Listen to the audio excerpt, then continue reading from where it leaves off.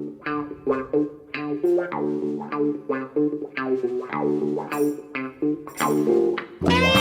you doing, Al? I'm all right, mate. Yeah, I'm good.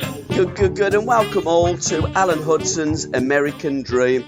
We were going to do it a couple of weeks ago, but it is more poignant now that we're doing it today, because when we were going to record it, America hadn't qualified for the World Cup, but now they have. So first and foremostly, well done, America. Well done, Anthony. You must be a very, very proud parent. Yeah. It's incredible, really. He's come a long, long way. To think that only 18 months ago I went up to see Harry Redknapp with him, and he was speaking to Willie Mackay, and Willie Mackay said, I can get you a job with Doncaster, and I kind of said to him, you don't really want to come back here, and it all fell into place, and he got the USA under-21 job from after a bad spell at Colorado, and then got promoted into the first team. So yeah, it's absolutely fantastic. I mean, you couldn't write the script, Paul. You couldn't, because the script is getting even better, because America have been drawn against England in the group. An unbelievable draw for America, and a draw that Anthony must have looked at and thought, please let us get England, and they did get England, so we're all looking forward to that. And I guess in the Hudson household, mixed emotions. I'm sure that his mother Maureen will be hoping that Anthony wins, and I'm sure that you will as well, because blood does come before water, and it's thicker. I haven't been an England supporter for a long, long time since they had all the trouble with them, and I've still got this case going on with the FA where I've asked my name to be removed from or everything that they involved me with. I wasn't happy, and so really, I was so happy when Anthony was born in Seattle to begin with. Because I wish both of my sons really, well, for 3 sons, I wish the 2 with more, and I wish they were both American. Because we got so much more. They call it the land of opportunity, and it most certainly is. And it's something we spoke about last week about the boy, our namesake Ray Hudson, who started his career with me. He was at Newcastle United. I played against him in 1969-70. And at the end of that season, he went over, as players did in those days. The clubs would want to keep their players fit throughout the summer, and they sent him over to Fort Lauderdale, and that was the last we see of him. And then 8 years later, when I left Arsenal and went to Seattle, we kind of renewed our challenge. And to think that he'd been there 8 years, I often wonder if that happened to me. It's a very fine line between. It was such a fantastic experience in the American League, and I loved Arsenal. I really loved Arsenal as a football club, and I didn't really want to leave. I just couldn't get on with the manager. But I wouldn't have swapped my Seattle experience for anything. It was just a dream, playing in America, the country itself, the lifestyle suited me down to the ground. It was great, and plus the fact the wonderful thing about it for people like me was it's such a vast country, and you're over there, and people didn't look at you like they do in England. All they want to do is write all the negative things about you, about drinking and this, that, and the other. Where the social scene in America really is very much in our favour, because they expect you to be social. And our Seattle team, we every Sunday we was around different person's house, parties, and it was just one it was what you call, without being, I don't know what the word is, it was a working holiday. Yeah. But it was, I really worked hard out there, and I was proud to be captain of Seattle for 3-4 years, and proud to break the record over there. And it was, I could never see myself coming home, Paul. It was just, once again, you get an owner. The owner comes in. This is a problem with America, as it is here. Uh, the money situation. It was very difficult at that time. They're now on really great, good ground at the moment. They've moved into the seats where the Seahawks play, and Yeah. the players were earning a lot of money, and it was just a shame that we missed the Bosman ruling, really. You know. Absolutely. We are going to go back and talk about those Seattle years that you hold so precious and dearly. But the next World Cup is going to be in America. So if Anthony's still there, because we don't know what we're going to be doing in 4 years' time, America don't have to qualify. It's in America, it's in Canada, and it's in Mexico. Now, it would be quite ironic that if America got to the final and played England in the final in 4 years' time, that it could be in the place that you could, if things had been so different and the if only situation, you could have played in the World Cup final for England as a 19-year-old, literally on your birthday. England could be playing, Anthony could be the coach, and it could be on your 75th birthday. All the stars are aligning now. It really is game on, isn't it? Because when we Well, do play over there, it is going to be a new ball game, and America are going to be 4 years older. I think the future is brighter in America than it is in England. Yeah, We're very anti.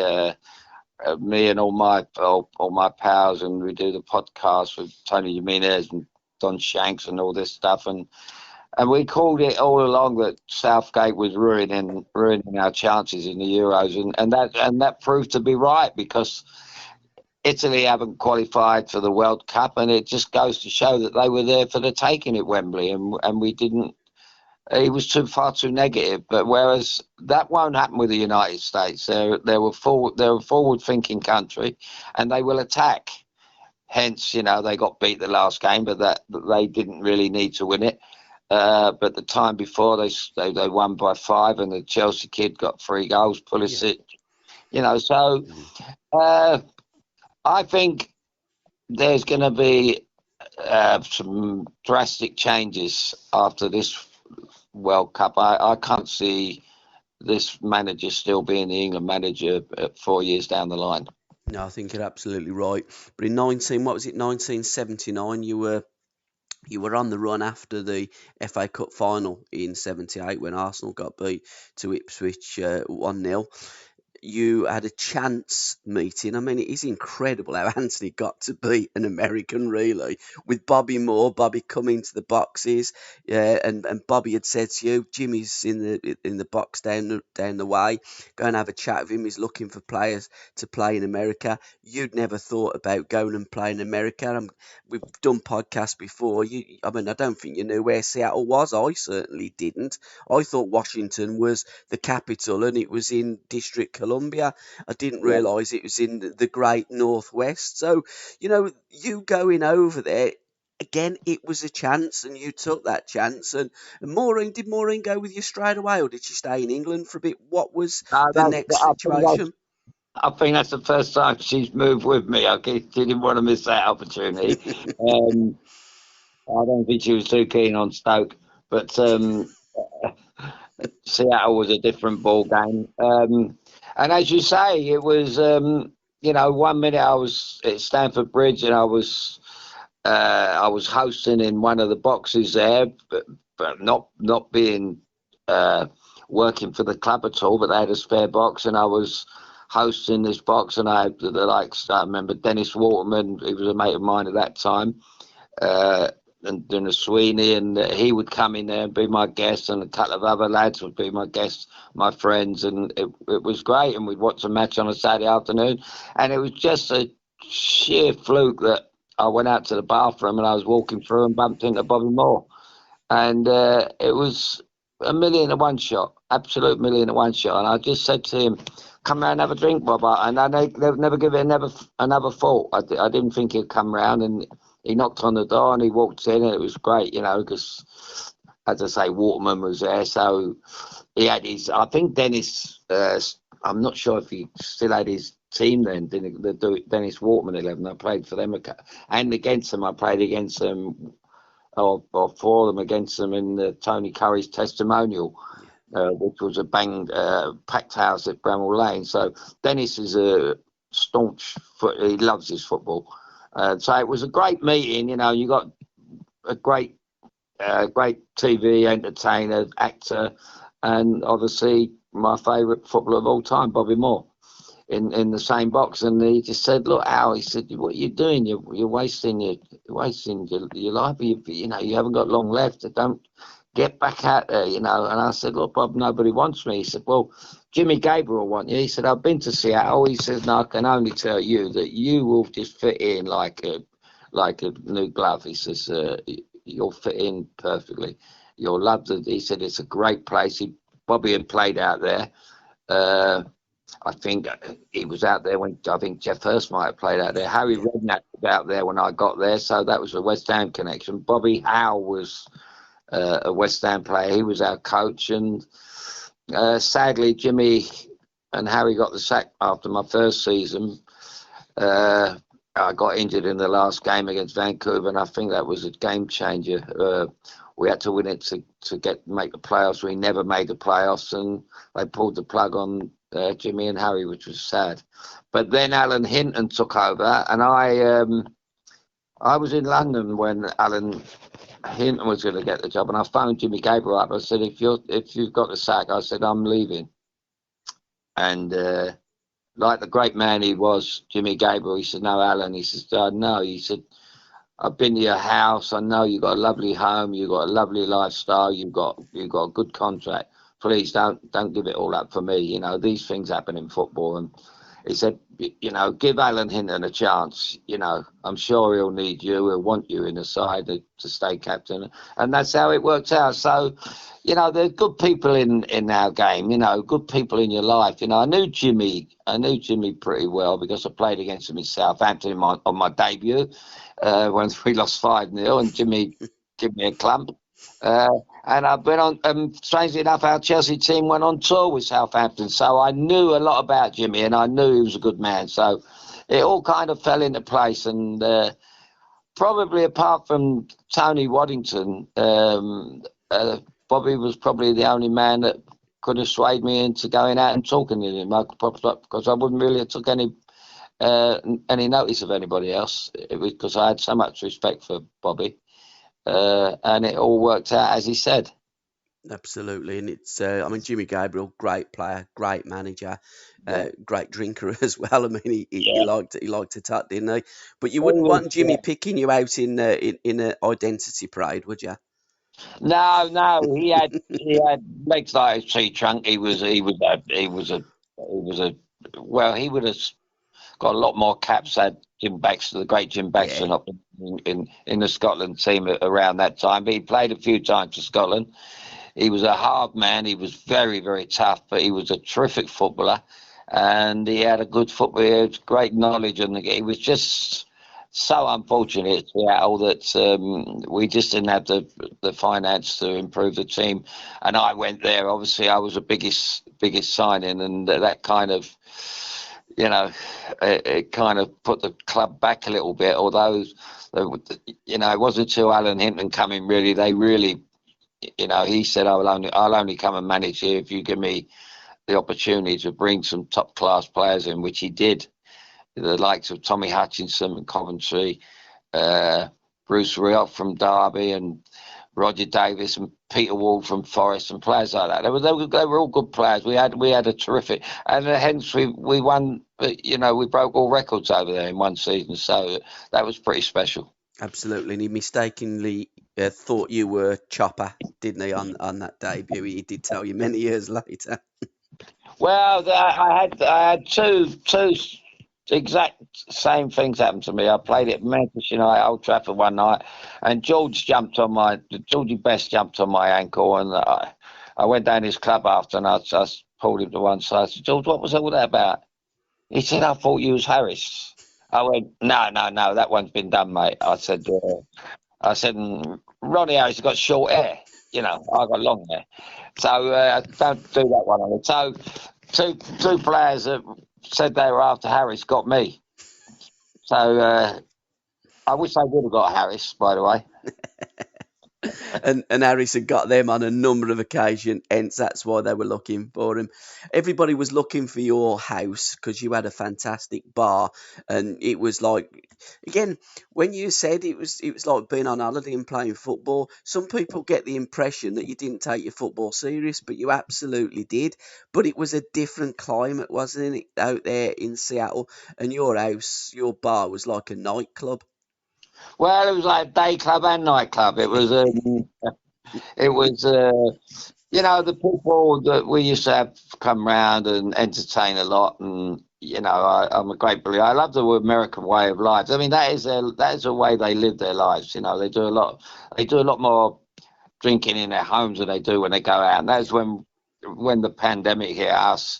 You know, I was in good stead. You know, I couldn't understand that my mates were, you know, saying, "I don't drink at home." I said, what are you talking about? You know, it's a big part of life. You know, come on, and I had people around here, and we watched matches, and we had I done food, and we had a few drinks and all that, and it's great, you know. But it's only I picked all that up, although I did it when I was playing for Chelsea in my home, I'd have friends around, but it is the American way of life. It is it's a lot more social. They're a lot more social people where you know, you go around their homes and instead of going out, you know. Absolutely. And Maureen, was she settled there in America? Did she like the lifestyle? Because there was 9 years between young Alan and young Anthony. Yeah. He was. Alan was born the year we lost to the League Cup to Stoke, 72. So that was quite a year. And Anthony 9 years later in Seattle. So, and I missed the birth because I had to go to pre-season training in down on the coast, you know, where Jim Rockford used to live, so, right along that coastline. And I said to Alan Hinton, said at the airport, I said, Maureen's gone in to have, you know, the kid. And he said, well, if you want to stay behind, you can. I said, no, Al. I said, you can have a kid anytime. You can't go down to Santa Barbara anytime you want. So off we went, and 2 days later, Anthony was born. So, you know, I couldn't be more delighted, really. Absolutely. And Anthony didn't play football as a kid because there in America, football wasn't the number one sport. In fact, Anthony didn't kick a ball until he went down to Tampa and he joined in with Shanks's football academy. I remind Don and Anthony of that day, and never dreaming that you know. I mean, even when young Alan was only 7 when we went to Seattle, and he had to go to school and he had to adjust to the, you know, he played in a little league baseball and stuff like that, but because they didn't play what they call soccer. They didn't play soccer at school, and then so he had to adjust. So that kind of put him back, and he would come to training with me, and Jamie Redknapp would come with Harry. So they were around about the same age, and I've always said it that if had I got the Stoke job when the chairman died on that fateful day, Alan would have probably, you know, made it at Stoke and had a good career in the game, as Jamie did it. You know, Jamie only got on really because Harry managed West Ham and Jamie's father was the assistant coach, and there used to be murders. That's why I had to leave West Ham, because the crowd used to get on Frank's back and saying he's only playing because his family run the club. So, you know, it was the best thing could have happened to him, you know, because after speaking to Frank, I kind of edged him towards Chelsea. So I had a lot to do with his career, really. Absolutely, Al. But you were back at Stoke City at that time, and you were pretty much retired. You had the season "Welcome Home" hoodie, and I still listen to that "Welcome Home" song by Peters and Lee, and Yeah, and think about it. Evokes the memory of when you turned out against Arsenal, your first game back. Your last game, of course, in England was for Arsenal. It was a very different Arsenal team because I think Don was now the manager and he was the coach when you were Arsenal. But had things have gone better in America, and you've always said that when you get a bad American, you get a bad American. And I think yeah. because they didn't get the 1986 World Cup finals, the NASL league pretty much collapsed. But had things had worked out differently, you could have been the manager of the American national side and cut your teeth in management in America.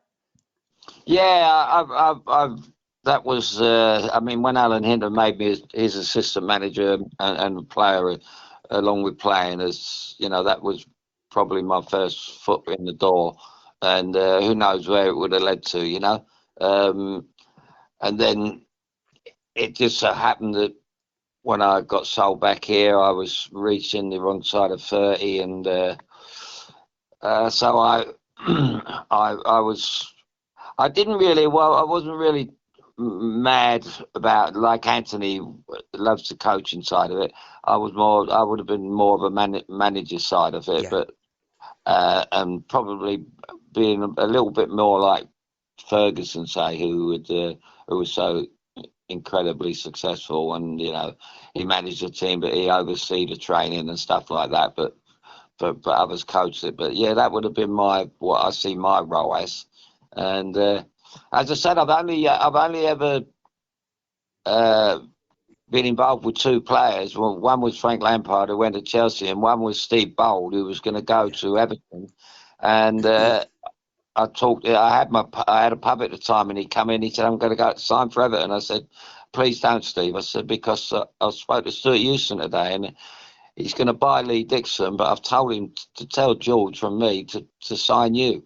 So, and then he went there, and I told Tony Whiting, I said, if he goes to Arsenal, I said he'll play for England, and he did. And he was as good as centre half, and well, they were very blessed at Stoke that we had another kid come through there, Alan Dodd, who was every bit as good.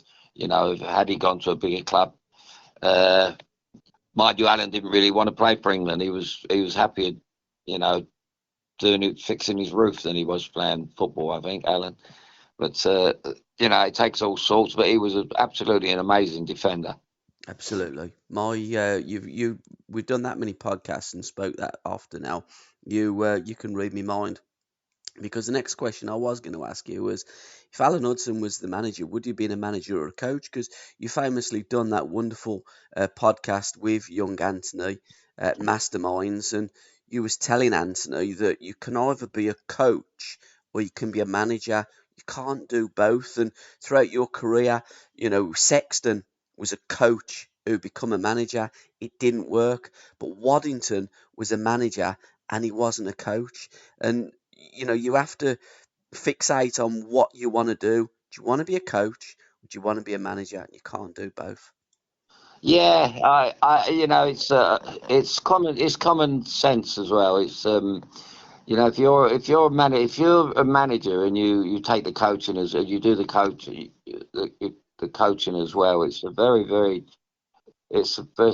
awkward balancing job because if you fall out with a player in your Absolutely. in your office over money or whatever or contract or whatever, or he lies to you like they lied to me, Chelsea, uh, well, he ain't going to get the best out of you on the training field. Yeah. You're gonna kind of just think, well, no, if we don't get on, we don't get on. So there's that problem there, and I see that with Anthony when he was in Colorado. He had that problem as well. He had to work with the players both on the field and then in the office, and you start upsetting them in the office, and you lose them on the training field and in matches. Yeah. Um, I don't know how he gets away. I know it's different with Guardiola. He's got his only Yeah. thing. Uh, and obviously the fella tonight with Thomas Tuchel with the Real Madrid game, he seems to have got it off to a fine art. But again, now they've got their team behind them, haven't they? Because people think, oh, he's the manager, he's the coach, he does everything. No, I mean, I'm guessing Pep and Tuchel get involved in the training, etc. But Yeah, they're managers and they've got the team that do the coaching. So again, they do and they have that ability to understand the fine lines and the margins and do dance on both sides of the divide because they're clever and a great management. But again, they're managers and they let the coaches coach. The great Matt Busby, yeah, Jimmy Murphy. Jimmy was the trainer and Matt was the yeah, manager. As you say, if you fall out with them, you lose them. So it's a kind of good cop, bad cop, isn't it, scenario? yeah. I think they had it right years ago. It's the same as years ago. You wouldn't see managers sitting on the line, Yeah, on the bench, what they call it now, and the tracks in the technical area, as they call it. You wouldn't see managers years ago to do that. Waddington would always sit up in the director's box and watch from there, and you can't really see the game properly on the touch line. I don't understand why managers do it. I think a lot to do with it is the obvious the ego thing. mm, They're being seen on TV and they're jumping up and shouting about half of them are crackpots. I don't know what. I mean, in 20 odd years playing football, I never took any notice of anyone that said anything on the touchline. I just used to get on with the game, and I think that applies to a lot of top players. but again, Tony Waddington, you know, said to you, Al, you're doing everything right, but in the wrong order. You go out there, play football. I know you can play football. That's why I've signed you. Whereas some other managers, for instance, Terry Neal, he tries to change, he tries to tell you what to do. When you've got a player as talented as you just tap him on the backside, go and play, come off, we'll both smile together. Well, yeah, I mean, again, it's common sense. It Yeah, was uh, Tony he wouldn't give a team talk as such. He would. The funniest thing was when we lost in a League Cup at Lincoln in my second year there, and it was it was unacceptable really. I think Graham Taylor was manager of Lincoln at that time, and we went to a nightclub, come back about 2:30 in the morning, and he had locked us out. Tony had locked us out of the hotel. We couldn't get in, and next thing you know, there's boys scampering up, drain pipes and all that, trying to get up to the room. And next thing you know, a voice come out the door.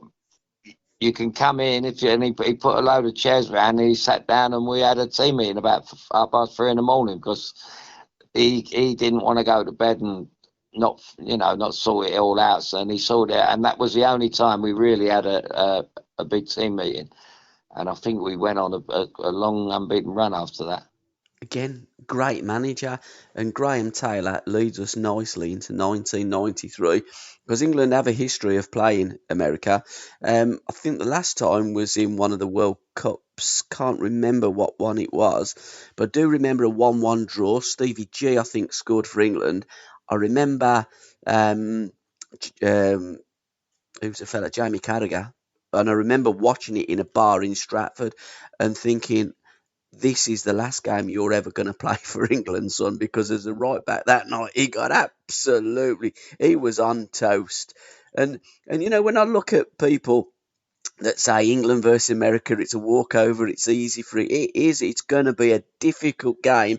And in 1993, leading into the 1994 World Cup, which we failed to qualify under Graham Taylor, we played America in the US Cup. And I do remember the headline more than the performance. It was Yanks 2, Planks nil. It was in the Foxborough Stadium in Boston. You're absolutely correct, Al, when you said it was in Boston, and there was Yeah. 37,652 watching that game that day. Yeah, and they were, it was unthinkable really that you could lose to them. Well, it goes back all them years ago when they lost the famous game, when then they lost 1-0 was it in the 50s or 60s or something? Standing up. 1950 World Cup, Guyton scored the goal in Yeah, Bella Horizonte. unbelievable. Yeah, but we moved on, and I don't know. I don't know. There's something wrong. I can't remember where I was when the game was on also, and And I can remember being with two or three people, and they again said it was going to be a walkover. I said, yeah, I don't think so. I don't think so. They're not bad, and it's only really since the big money's gone into America that I think some of the players have. To listen to the rest of this podcast, please go to www.patreon.com/SRB Media, or just follow the links in the description. Thank you.